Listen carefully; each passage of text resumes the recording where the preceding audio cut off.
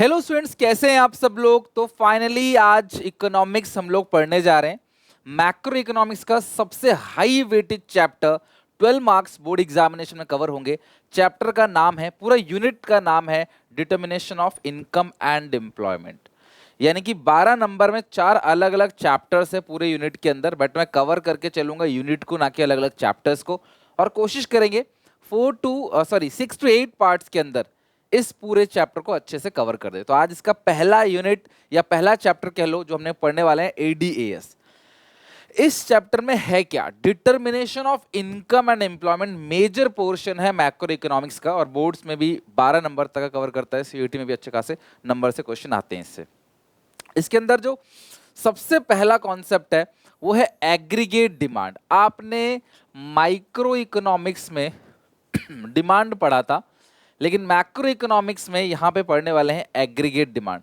साल भर के अंदर, और जब भी मैं बोलता हूं साल भर, तो यहां पे कौन सा ईयर होता है, फिस्कल ईयर। फिस्कल ईयर वो ईयर होता है जो 1 अप्रैल से चलता है और 31 मार्च को एंड होता है। आप इसे अकाउंट्स में फाइनेंशियल ईयर भी कहते हो। तो साल भर में जितनी भी डिमांड हुई है, total demand of all goods and services during an year, एक साल के अंदर जितनी भी आपने डिमांड की है, उन सारी डिमांड को अगर जोड़ दें तो उसको बोलते हैं एग्रीगेट डिमांड। साल भर में होने वाली total demand of all final goods and services is called aggregate demand. Components of aggregate demand. Aggregate demand किन किन कंपोनेंट से मिलके बना है, तो यहाँ पे consumption expenditure, investment expenditure, government consumption expenditure, government investment expenditure और नेट एक्सपोर्ट। एक करके डिटेल में बात करते हैं। कंपोनेंट्स ऑफ एग्रीगेट डिमांड 3 से 4 नंबर तक का पूछ लिया जाता है कि जो एग्रीगेट डिमांड है वो किन किन चीजों से मिलकर बना है। तो सबसे पहली चीज के अंदर आती है प्राइवेट फाइनल कंजप्शन एक्सपेंडिचर। इसको हाउस होल्ड एक्सपेंडिचर भी कहते हैं।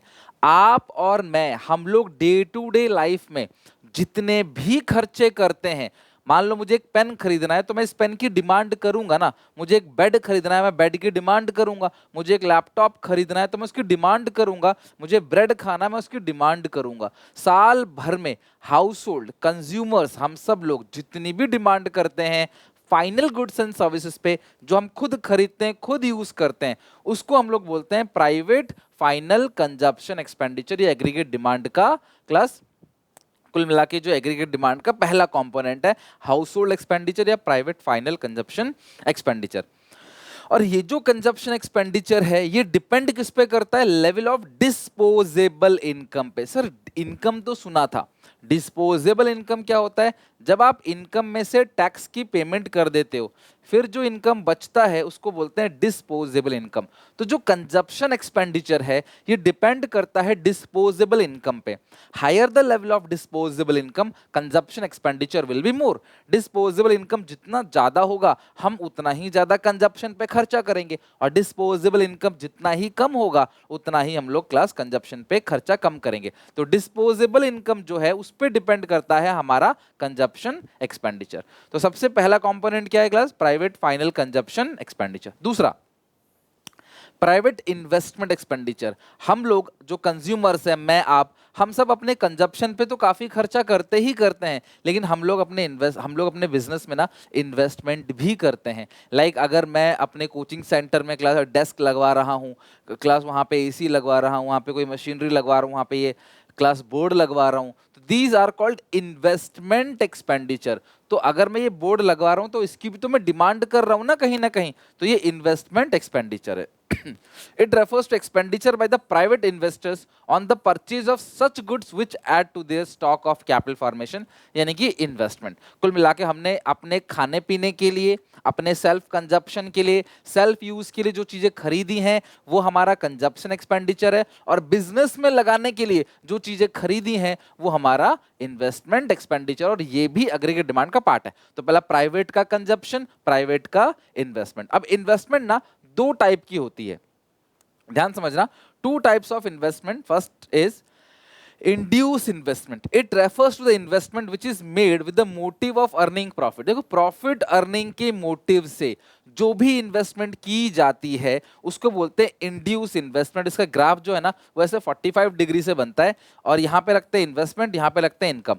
तो जैसे जैसे क्लास इन्वेस्टमेंट बढ़ती चली जाएगी, इनकम भी बढ़ता चला जाएगा।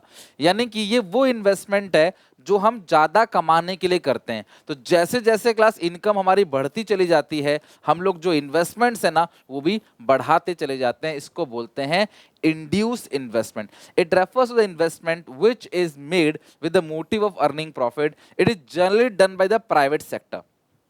आमतौर पे इस इन्वेस्टमेंट को प्राइवेट सेक्टर करते हैं। प्राइवेट सेक्टर का मेन मोटो क्या होता है? Sorry, earning profit. तो जहां जितना ज्यादा प्रॉफिट मिलने के चांसेस होंगे वहां उतना ज्यादा इन्वेस्टमेंट करेंगे। This is called class induce investment. जैसे जहां भीड़ है, जहां मेट्रोपोलिटन सिटी है, वहां पे बड़े बड़े ब्रांड्स आ जाते हैं, मॉल खुल जाते हैं अर्निंग प्रॉफिट से। It depend upon the level of income. Induced investment curve moves upward from left to right. तो क्लास इस तरीके से लेफ्ट टू राइट ये अपवर्ड मूव करते हैं, इसको बोलते हैं इंड्यूस्ड इन्वेस्टमेंट।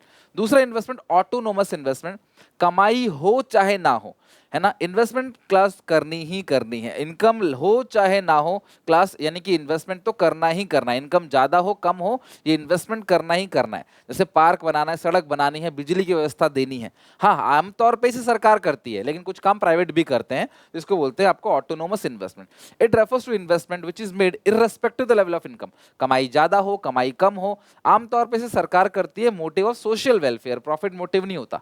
ऑटोनोमस जो है पैरेलल टू एक्स एक्सिस होता है ऑटोनोमस इन्वेस्टमेंट, और it is constant irrespective the level of income. Income हो चाहे ना हो ये कांस्टेंट है, इसको बोलते हैं ऑटोनोमस। ये वर्ड याद करना, इस चैप्टर में आगे भी यूज होगा।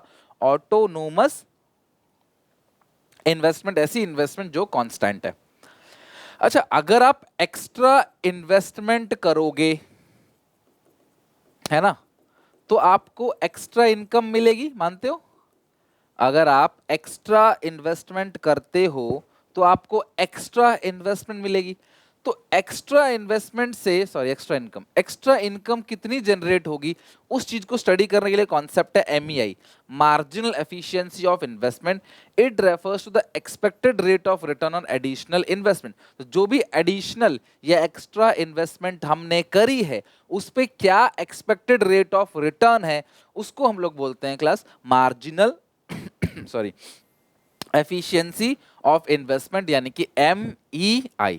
ओके, तो आई होप आपको समझ आ गया होगा। टाइप्स ऑफ इन्वेस्टमेंट दो टाइप्स हैं, ऑटोनोमस और इंड्यूस। तो हम लोग पढ़ रहे थे components of AD, aggregate demand के। हम 5 कंपोनेंट्स को पढ़ना है। सबसे पहला है हाउस होल्ड का कंजप्शन, हाउस होल्ड का investment. Investments are of 2 types, consumption is depending upon the level of disposable income.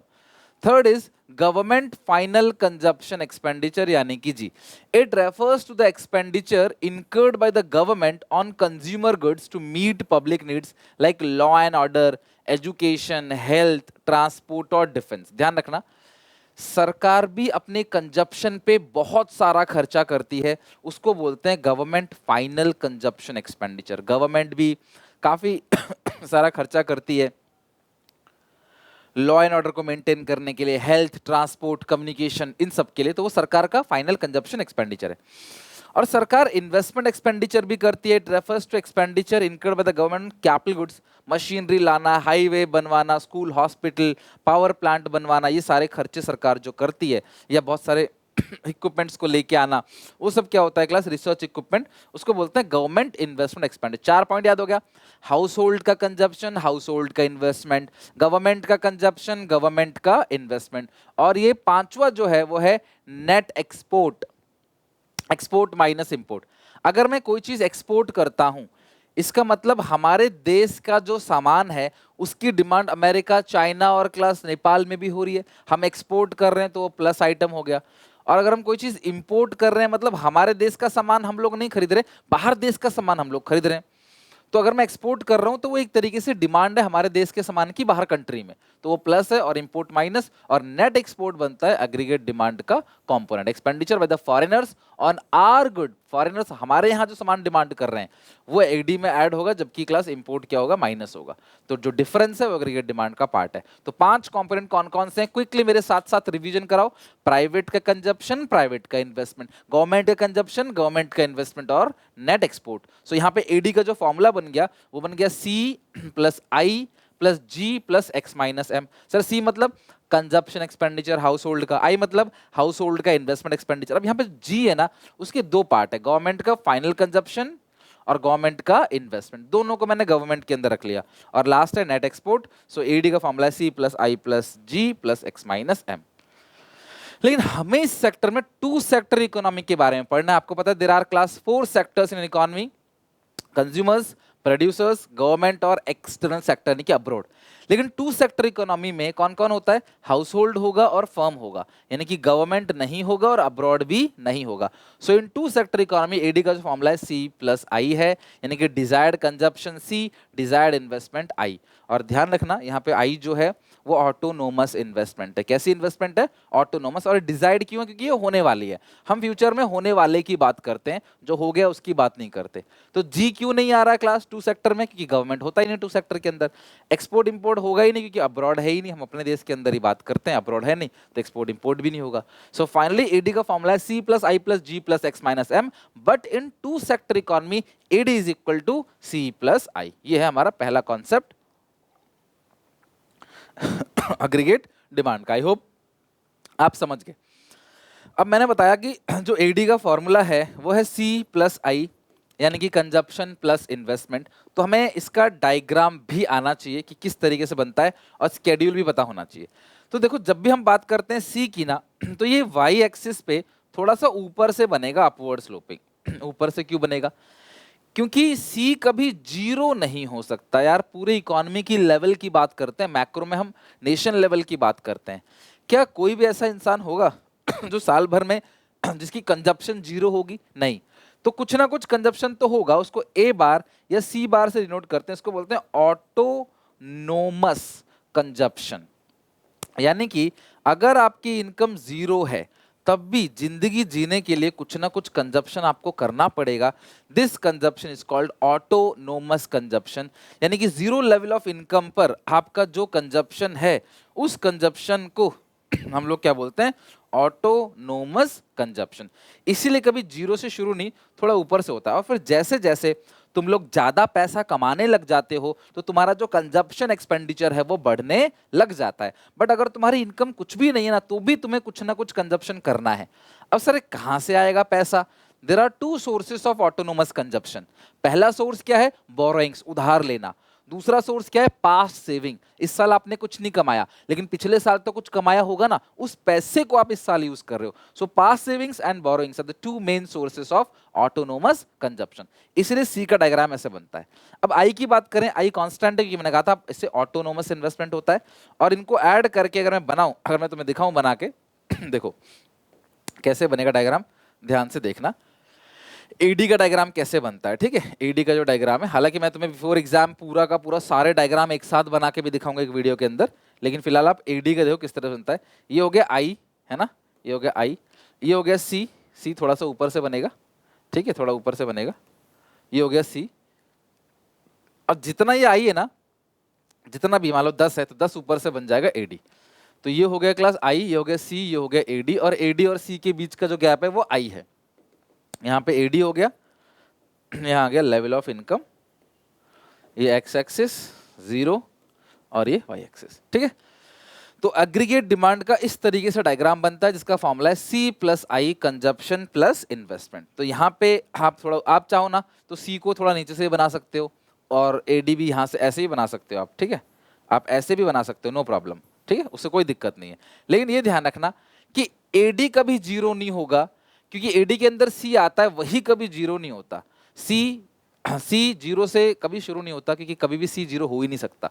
पूरे चैप्टर में ध्यान, consumption can never be zero, कुछ ना कुछ तो कंजप्शन होगा ही, वो कभी जीरो नहीं हो सकता। भले आपकी इनकम जीरो है तब भी कुछ ना कुछ कंजप्शन होगा। इसको ऑटोनोमस कंजप्शन कहते हैं, ठीक है।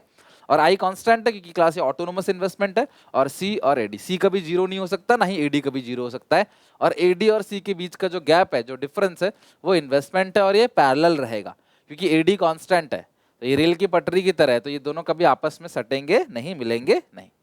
लिख लो, यहां भी मैंने बना रखा है। तो ये हो गया एग्रीगेट डिमांड। अब इसका स्केड्यूल देखते हैं। तो वाई फॉर इनकम, ध्यान रखना, C for consumption, I for investment, ये हो गया एडी सी प्लस आई। तो इनकम ले 0, 20, 40, 60, 80, आप चाहे तो 0, 100, 200, 300 भी ले सकते हो। और ये सी है कंजप्शन, कंजप्शन जब इनकम 0 है ना, तब भी कंजप्शन 20 है, और फिर जैसे जैसे इनकम बढ़ता चला जा रहा है कंजप्शन भी बढ़ता चला जा रहा है। आई को आपने कांस्टेंट ले लिया, तो 20 + 10 30, 25 + 10 35, 30 + 10 40, 35 + 10 45, 40 + 10 50। तो ये आ गया एग्रीगेट डिमांड। तो आप घर पे एक रिक्वेस्ट करूंगा आपसे, आप अपने आप कोई दूसरा नंबर लेके स्केड्यूल और डायग्राम दोनों बनाना। इकोनॉमिक्स में अलाउ है कि आप यहाँ पे एक्स एक्सिस पे नंबर बिना लिखे भी डायग्राम बना सकते हो, दैट इज अलाउड। तो वो नंबर ना लिखो यहाँ पे, ये वाले नंबर, तो भी चलेगा, डायरेक्टली ऐसे बना सकते हो, पूरे नंबर मिलेंगे। कुछ इंपॉर्टेंट पॉइंट्स है, जैसे मैंने आपको बता ही दिया हालांकि ये सारी बातें। सबसे पहला, कंजप्शन एक्सपेंडिचर कभी जीरो नहीं होगा, भले ही इनकम जीरो हो तब भी कुछ ना कुछ कंजप्शन होगा। There should be a minimum consumption जो एसेंशियल है, और past savings and borrowings are the main source of such consumption. Investment is assumed to be constant irrespective the level of income, उसे ऑटोनोमस इन्वेस्टमेंट बोलते हैं। Consumption कभी zero नहीं हो सकता, जिसकी वजह से एडी भी कभी जीरो नहीं हो सकता, बिकॉज एडी के अंदर ही सी आता है, जब सी ही कभी जीरो नहीं होगा तो एडी जीरो कैसे होगा। तो एग्रीगेट डिमांड के बारे में हमने सारी चीजें, सारे कॉन्सेप्ट समझ लिया। Now the next topic is, जैसा एग्रीगेट डिमांड था वैसा ही सेम टू सेम है aggregate supply.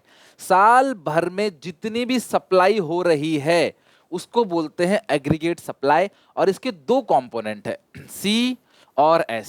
C for consumption यानी इनकम का वो हिस्सा जो खर्च कर दिया, और एस फॉर सेविंग्स, इनकम का वो हिस्सा जो खर्च नहीं किया, दैट इज बचा लिया। ये थर्ड पॉइंट नहीं है, दो ही पॉइंट है। तो एएस के दो कंपोनेंट है, तो एएस का फॉर्मूला जो है एग्रीगेट सप्लाई का, वो है सी प्लस एस, यानी कि कंजप्शन प्लस सेविंग्स। अच्छा सर, एक बात और है यहाँ, ध्यान समझना। आपको पता होगा हमने सबसे पहला जो फॉर्मूला पढ़ा वो है AD, that is C plus I. AD का फॉर्मूला सी प्लस आई। फिर हमने पढ़ा AS aggregate supply C plus S. और एक और फॉर्मूला है जो बहुत ही सिंपल और कॉमन सेंस वाला फॉर्मूला है, y equal to C plus S. Y मतलब होता है नेशनल इनकम, मैक्रो पढ़ रहे हैं तो national income. C for consumption, S for saving. सीधी सी बात है, इनकम तो दो हिस्से में जाएगा ना, मैं जो भी पैसा कमाऊंगा कुछ कंज्यूम करूंगा और कुछ सेव करूंगा, दो ही पोर्शन में जाएगा। तो y equal to C plus S, consumption plus savings. Aggregate supply भी सी प्लस एस है, तो क्या ये कह सकते हैं एग्रीगेट सप्लाई जो है वो इनकम के बराबर है। एग्रीगेट सप्लाई मतलब आउटपुट और वाई मतलब नेशनल इनकम, तो चाहे क्लास आउटपुट बोलो चाहे इनकम बोलो, बात बराबर है। अभी कई बार आगे चल के चैप्टर में मैं कहीं आउटपुट बोलूंगा, कहीं इनकम बोलूंगा, एग्रीगेट लेवल ऑफ आउटपुट या एग्रीगेट लेवल ऑफ इनकम, तो बात बराबर है, क्योंकि एग्रीगेट सप्लाई मतलब होता है आउटपुट, और एग्रीगेट सप्लाई आउटपुट, और इनकम जो वाई है वो है नेशनल इनकम। तो ये तीन फॉर्मूले, चार फॉर्मूले हो गए, एडी सी प्लस आई, क्योंकि न्यूमेरिकल भी है इस चैप्टर में आगे चल के, तो सारे फॉर्मूले जरूर याद रखना अच्छे से। AD C plus I, A S C plus S, Y C plus S, और A S equal to Y, ठीक है। सो एग्रीगेट सप्लाई साल भर में होने वाली सप्लाई, एग्रीगेट डिमांड साल भर में होने वाली डिमांड। और शुरू में सेविंग्स क्या होता है, माइनस, फिर होता है जीरो, और फिर होता है पॉजिटिव। जब नया नया बिजनेस चालू करते हैं ना, इतना कुछ बचता नहीं है, हमारी सेविंग्स नेगेटिव होती हैं। सर सेविंग्स नेगेटिव मतलब इस साल तो मैंने कुछ बचाया नहीं, पिछले साल की सेविंग भी खा गया, इसको बोलते हैं सेविंग्स आर नेगेटिव। मतलब इस साल मैंने कुछ भी नहीं बचाया। जैसे मान लो मैंने 100 रुपये, पिछले साल मैंने 100 रुपये कमाया था, सेविंग्स किया था 20 और कंजप्शन किया था 80। 100 रुपये कमाया, खर्च किया 80, सेव किया 20। अब इस साल मैंने कमाया कितना, 50, और खर्च किया मान लो 60, तो मेरी सेविंग कितनी आ गई -10। मैंने कमाया 50, खर्च कर दिया 60, तो बचाया कितना, -10। तो यानी सेविंग का फॉर्मूला क्या है class, income minus consumption. Income 50 है, कंजप्शन 60 है, तो सेविंग कितना आ गया, -10। सेविंग -10 का मतलब यही है कि शुरू में सेविंग -10 है, यानी सेविंग कुछ नहीं कर रहे, पिछले साल की सेविंग खा रहे हैं। और फिर धीरे धीरे क्या करेंगे क्लास, हमारी इनकम भी 60 हो गई, कंजप्शन भी 60 हो गई, तो सेविंग कितनी हो गई, 0। कमाया 60, खर्च भी 60 किया। फिर धीरे धीरे इनकम 70 होगी, कंजप्शन 60 होगी, तो 10 की सेविंग्स आएगी। तो इनिशियली सेविंग्स नेगेटिव होता है, लेकिन फिर धीरे धीरे सेविंग क्या होता है, पॉजिटिव होता है। अब एएस का जो डायग्राम है ना, वो बना के दिखाता हूँ क्लास आपको डायग्राम कैसे बनेगा। तो ये रहा वाई, ध्यान से देखना क्लास, यहाँ पे ये रहा वाई 100 200 300, सी जो है 70 140 200 और सेविंग्स है 30 60 और ये 100। तो ये सी प्लस एस को ऐड किया, सी प्लस एस, तो ये आ गया एएस। तो एएस कितना आ गया, सी प्लस एस 100 200 300। तो यहाँ दिखेगा कि एएस जो है वही आपका क्या है क्लास, वाई है। तो एएस वाई के बराबर ही होता है, जो वाई है वही एएस है, क्योंकि आपको फॉर्मूला भी लिखवाया था, y का फॉर्मूला भी c प्लस एस होता है और as का फॉर्मूला भी c प्लस एस होता है। तो as किसके बराबर होगा, LHS RHS इक्वल है, तो as किसके बराबर होगा, y के बराबर होगा। अब इसके डायग्राम की बात करते हैं जो कि बहुत इंपॉर्टेंट है, ठीक है। c प्लस एस as आता है, ठीक है, c प्लस एस आएगा as। तो ध्यान से देखना क्लास, इसका डायग्राम कैसे बनता है, मेरे साथ बना के देखो तो ज़्यादा अच्छा आइडिया लगेगा, ठीक है। देखो ये हो गया आपका c, आपको पता है c कैसे बनता है, थोड़ा ऊपर से बनेगा, ये आ गया c, ठीक है। अब जो s है, ध्यान रखना क्लास, अब जो s है सेविंग्स है, वो क्या होता है क्लास, पहले माइनस होगा, फिर जीरो होगा, फिर प्लस होगा, ठीक है। ये हो गया क्लास आपका, ये हो गया आपका s, ये हो गया s। तो अगर मैं c और s का डायग्राम बनाऊं तो कुछ इस तरीके से c और s का डायग्राम बनता है। अब जो y है, y यानी कि as को तो y बोलते हैं। आप हमेशा ध्यान रखना कि जो as है और y है ना, वो 45 डिग्री से बनता है। ध्यान रखना क्लास, किससे बनता है, 45 डिग्री लाइन से बनेगा। ये हो गया क्लास as, पहले मैं as बनाऊंगा, फिर जाके आपका s बनाऊंगा। ये as है, as को बोलते हैं y, ये हो गया as, ये y लिखा है, ठीक है। ये है लेवल ऑफ इनकम, ध्यान समझना। ये हो गया c, ये हो गया as। तो ये जो पॉइंट है जहां पे इनकम और कंजप्शन दोनों बराबर है, वहां पे सेविंग्स क्या होंगी, जीरो। भाई y for income, c for consumption, मैंने कमाया 100 रुपए और खर्च भी 100 रुपए किया, तो सेविंग्स जीरो है। तो जब आप s बनाओगे ना, तो ध्यान रखना s इसी लाइन से पास होगा, और जितना गैप यहाँ पे आपने छोड़ा है, मान लो यहाँ पे है 10, तो नीचे आप -10 से ही शुरू करोगे और यहाँ से निकाल के इस लाइन को क्रॉस करना है। तो जब भी आप सेविंग्स का डायग्राम बनाओगे ना, तो इस बात का तुम्हें खास ख्याल रखना पड़ेगा कि ये यहाँ से निकलना चाहिए और ऐसे जाना चाहिए। ये हो गया सेविंग्स, तभी ये डायग्राम सही होगा, अदरवाइज गलत हो जाएगा। तो जब भी आप एएस बनाओगे तो एक बात का ध्यान रखना, जहां पे एएस सी को कट करेगा, इस पॉइंट को बोलते हैं break even point. Break even point, और ब्रेक इवन वो पॉइंट होता है जिसको बोलते हैं no profit no loss point. और हियर सेविंग्स आर जीरो, जितना कमाया उतना आपने खर्च कर दिया, सेविंग्स जीरो है। तो ये लाइन आप खींच रहे हो, तो यहाँ पे आप देखो सेविंग्स जीरो है, उसी कॉरस्पॉन्डिंग लेवल पे y और c दोनों बराबर है। तो ये लाइन जहां है उसके नीचे ये टच होना चाहिए, तभी समझ लो सही है, अदरवाइज गलत है। और अगर ये प्लस का 10 है तो ये क्या हो गया आपका, माइनस का 10, ये प्लस का 10, ये माइनस का 10, ये जीरो हो गया, ये y एक्सिस हो गया और ये x एक्सिस। तो ये एएस का डायग्राम है। तो एएस का डायग्राम तो बना लोगे आप, वैसे तो एएस ऐसे ही बनता है, खाली एएस कोई बोलेगा तो ये एएस बन गया 45 डिग्री से। बट सवाल ये है कि एएस 45 डिग्री से क्यों बनता है। तो इसके पीछे ना बहुत कॉमन सा रीजन है, मैं समझाता हूँ, फिर मैं आपको लिखवाऊंगा भी आंसर्स कैसे लिखते हैं। देखो ये है एएस और ये है वाई, ठीक है, एएस और वाई है। और आपको पता है एएस और वाई दोनों बराबर है, तो इधर साइड अगर 10 है तो इधर भी 10 है, इधर 20 है तो इधर भी 20 है, इधर 30 है तो इधर भी 30 है। और ये दोनों लाइन को जहां टच करेंगे ना, आप आगे लेके चले जाओगे, तो जो ये टच करेंगे वहां से लाइन बनेगी ना, तो ये 90 डिग्री को बाइसेक्ट करेगा।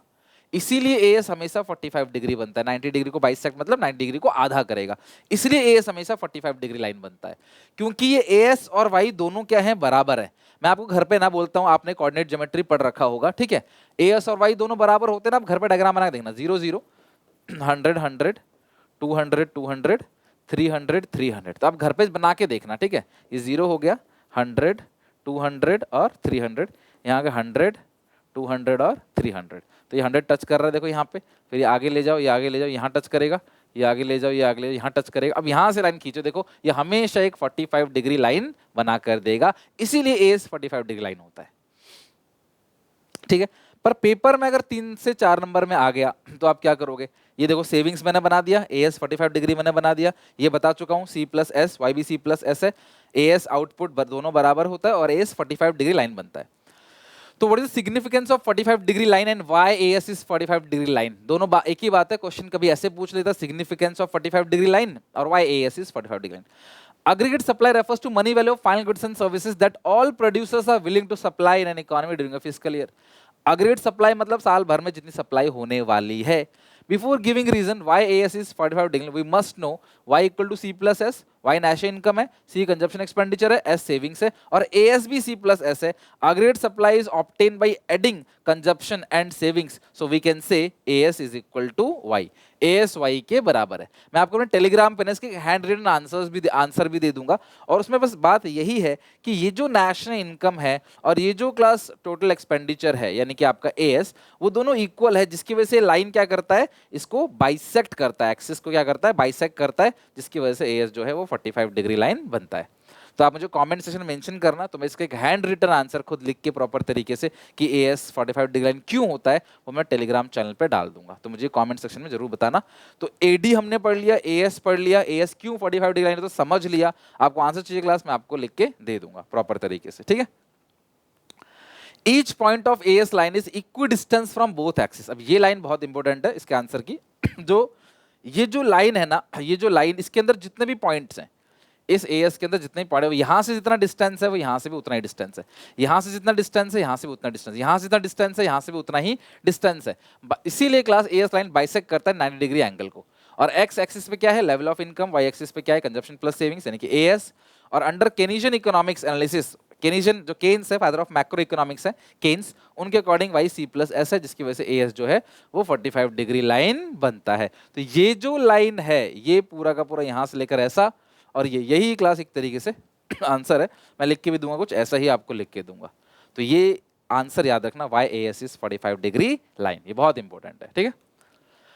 ब्रेक इवन पॉइंट बता चुका हूं, it is a point where income is equal to consumption यानी सेविंग्स आर 0. तो देखो ये रहा ब्रेक इवन पॉइंट, ये रहा आपका C और ये रहा आपका Y. तो शुरू में C ऊपर है, कंजप्शन ज्यादा है, कमाई कम है, तो सेविंग माइनस में चला जाता है. यहाँ देखोगे ना, सेविंग यहाँ माइनस में रहेगा, नीचे रहेगा इसके, ठीक है. इसको बोलते हैं डिस सेविंग्स. और फिर धीरे धीरे इनकम ऊपर, कंजप्शन नीचे, तो कमाने लगे हम लोग, सेविंग आ गया क्लास प्लस में, और नीचे यहाँ पे सेविंग देखो प्लस में आ गया. और ये जो पॉइंट है उसको बोलते हैं ब्रेक इवन पॉइंट. इससे बेहतर भी देखो क्लास मैंने यहाँ बना रखा था आपके लिए, देखो ये रहा. तो ये जो एरिया है ना, ये है क्लास डिस सेविंग्स. ये कंजप्शन ज्यादा है शुरू में, सेविंग्स कम, तो देखो सेविंग्स माइनस में भी है. फिर ये बराबर बराबर आ गया ब्रेक इवन पॉइंट. फिर धीरे धीरे इनकम ज्यादा है कंजप्शन से, तो ये सेविंग्स है. और यहाँ पे देखो सेविंग्स आपको प्लस में भी दिख रहा होगा. इसको डिस सेविंग्स बोलते हैं, इसको बोलते हैं सेविंग्स. यहाँ भी सेविंग्स माइनस में है, इसको डिस सेविंग्स बोलते हैं. और ये जो एरिया इसको बोलते हैं सेविंग्स, और ये dissavings. When saving is negative we called it dissavings. Done. Break even point समझ आ गया, y equal to C and S equal to 0. चलो आज के लिए बस इतना ही. आज हमने काफी कुछ पढ़ लिया, AD पूरा पढ़ा, AS पूरा पढ़ा, ब्रेक इवन पॉइंट पढ़ा, AS 45 डिग्री लाइन क्यों होता है, AD के 5 कंपोनेंट, 2 तरह के इन्वेस्टमेंट्स, डायग्राम, स्केड्यूल, सब कुछ अच्छे से पढ़ लिया. तो मजा आया होगा, मुझे कमेंट में बताना जरूर इन आधे घंटे में आपको कितना अच्छा लगा. और अच्छा लगा दोस्तों को शेयर करना. क्लास 6 से 8 क्लास के अंदर पूरे न्यूमेरिकल के साथ 12 नंबर तुम्हारी जिम में डाल दूंगा, मेरी गारंटी है. लेकिन हाँ, जितने लोगों ने इस वीडियो को देखा आगे भी उतने लोग देखना और इसको शेयर करना अपने दोस्तों के साथ. मिलते हैं नेक्स्ट वीडियो में. Till then take care, bye bye.